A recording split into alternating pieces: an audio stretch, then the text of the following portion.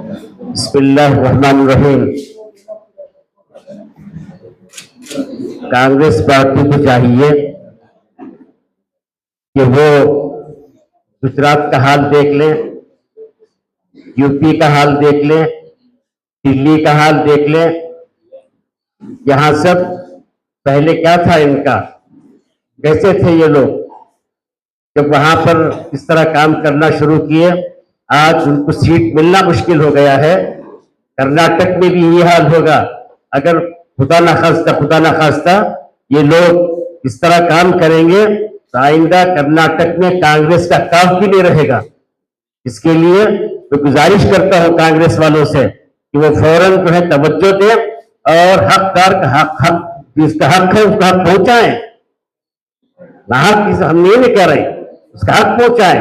अब्दुल जब्बार साहब हैं, नसीर साहब हैं, ये मुस्तकिल काम कर रहे हैं, फिर इनको उठाकर ऐसा न क्या करना, ये जो है बहुत बड़ी गद्दारी है ये। इसलिए कांग्रेस वालों से गुजारिश है अपना अंजाम देख लें। वो गुजरात में आ नहीं सकते, दिल्ली में आ नहीं सकते, यूपी आ नहीं सकते, इसी तरह कर्नाटक में यही हाल होगा इंशाअल्लाह। क्या सच में ऐसा है? इधर इधर इधर जी, कांग्रेस के अलावा मुसलमानों के नज़दीक कोई ऑप्शन नहीं है, कांग्रेस का खून मुसलमानों में होना चाहिए, इस तरह कांग्रेस लीडर ने कहा।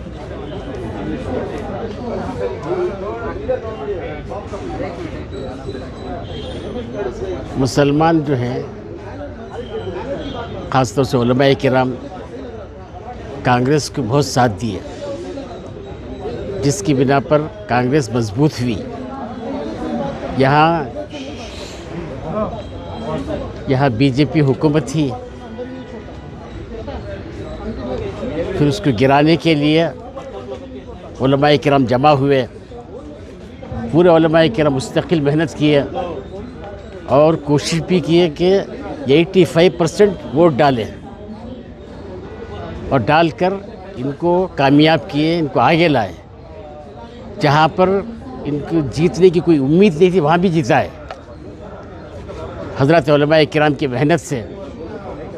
अब इनको चाहिए था कि और मज़हब के लोगों के पास ये जाके गिर जाते हैं और उलमाए किराम को जो है बात करने पर भी उनको इज़्ज़त न देना, ये कौन सी अकल की बात है कि औरों के जो बड़े हैं उनके पास जाके पाँव में गिर जा रहे हैं और हम जाके दरख्वास्त कर रहे हैं, सो हक़ मांग रहे हैं और हमको हक़ नहीं दे रहे हैं।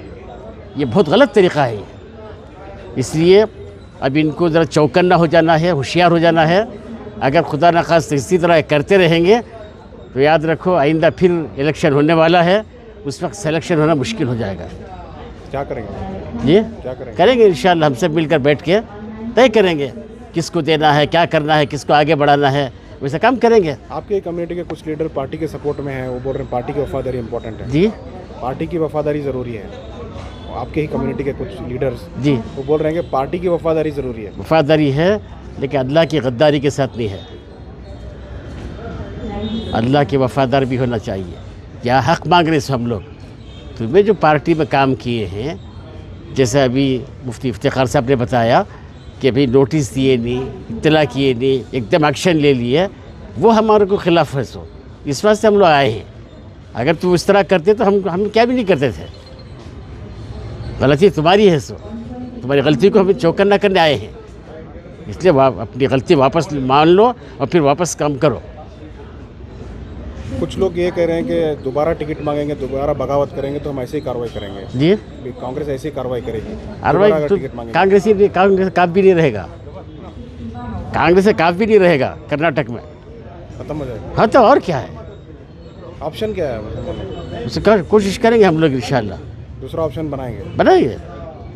मजबूर नहीं है मुसलमान। जी जी, मुसलमान जो है बाकायदा यहाँ के हकदार हैं, यहाँ के किराएदार नहीं हैं और ज़मींदार हैं। हम लोग किराएदार नहीं हैं।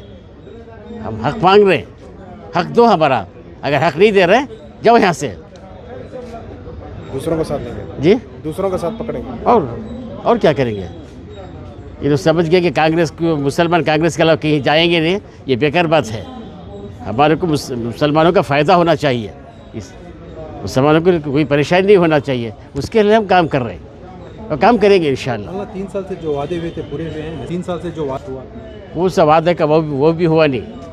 तो 3 साल आप लोग चुप क्यों रहे सर? नहीं, चुप नहीं थे, मैं बाकायदा बात मुतालबा कर रहे हैं। उस वक्त जो है हमारे को न ऐसा नहीं वैसा वैसा नहीं, सब बोल बोल कर पानी ठगा रहे हैं वो लोग। सुनने में आ रहा है कि अपॉइंटमेंट भी नहीं मिल रहा है सीएम से। जी जी मुलाकात भी नहीं कर पा रहे हैं। जी हाँ, मैं वही बता रहा हूँ। देखिए, ये बताना चाह रहा हूँ कि उलमा की कोई इज़्ज़त नहीं है इनके पास। उलमा की इज़्ज़त होती तो ये खुद आते उलमा के पास, नहीं आए। और उलमा जब गए हैं तो उनको इज़्ज़त भी दी है नहीं, उनको ठुकरा के भेज दिया। जब उलमा को जब ठुकरा देते हैं तो कौम की क्या करेंगे वो? और कौम उलमा की ताबे है। इक़्तिदार का नशा है क्या? जी, इक़्तिदार का और नशा है। और नशा जो है, शराब का नशा रात को पियो सुबह को उतर जाता है। और इसका नशा जो जब तक वो सीट से उतरते नहीं, नशा उतरता नहीं। तो क्या सीट से उतारना है आपको कांग्रेस? नहीं, उतर जाएगी खुद। हमको उतारने की ज़रूरत नहीं, वो खुद उतर जाएगी। यानी आपको लगता है कि मुसलमानों के साथ कांग्रेस जुल्म ज़्यादती का मामला कर रही है? जी हाँ, बिल्कुल बिल्कुल। क्यों ऐसा हो रहा है? मुनाफ़क़त। वो हमारे एक नौशा बासित थे शायर, वो बोलते थे, मुँह पो हंसको बातां करते दिल में कदूरत कहती है कि। वो टाइप चल रहा किस्सा है, वो टाइप का चल रहा किस्सा है। सर 3 साल का अरसा गुजर चुका, जी, एक भी वादा उन्होंने पूरा नहीं किया। हिजाब का हो, 4% रिजर्वेशन का हो, एंटी का स्लॉटर हो या फिर एंटी कन्वर्शन हो, एक भी वादा उन्होंने पूरा नहीं किया। जी। लेकिन उलमा इकराम की जानिब से जो है तनबीह नहीं हुई। अब 3 साल के बाद प्रेस मीट हो रही है। नहीं, इससे पहले बाकायदा हम लोग गए थे रमज़ान में, एक होटल में बैठ कर हम लोग से रोज़े की हालत में ये भी कर रहे थे। उस वक्त भी बात की है, हर वक्त बात कर रहे हैं, वादा कर रहे हैं, हो रहा है बोल रहे हैं, लेकिन वादा खिलाफी चल रही है। तो आप कब तक बर्दाश्त करेंगे ऐसे? अब यहाँ से शुरू, अब ये बिस्मिल्लाह खानी है ये, अब इसके बाद नहीं छोड़ेंगे हम लोग इंशाअल्लाह। शुक्रिया। जी।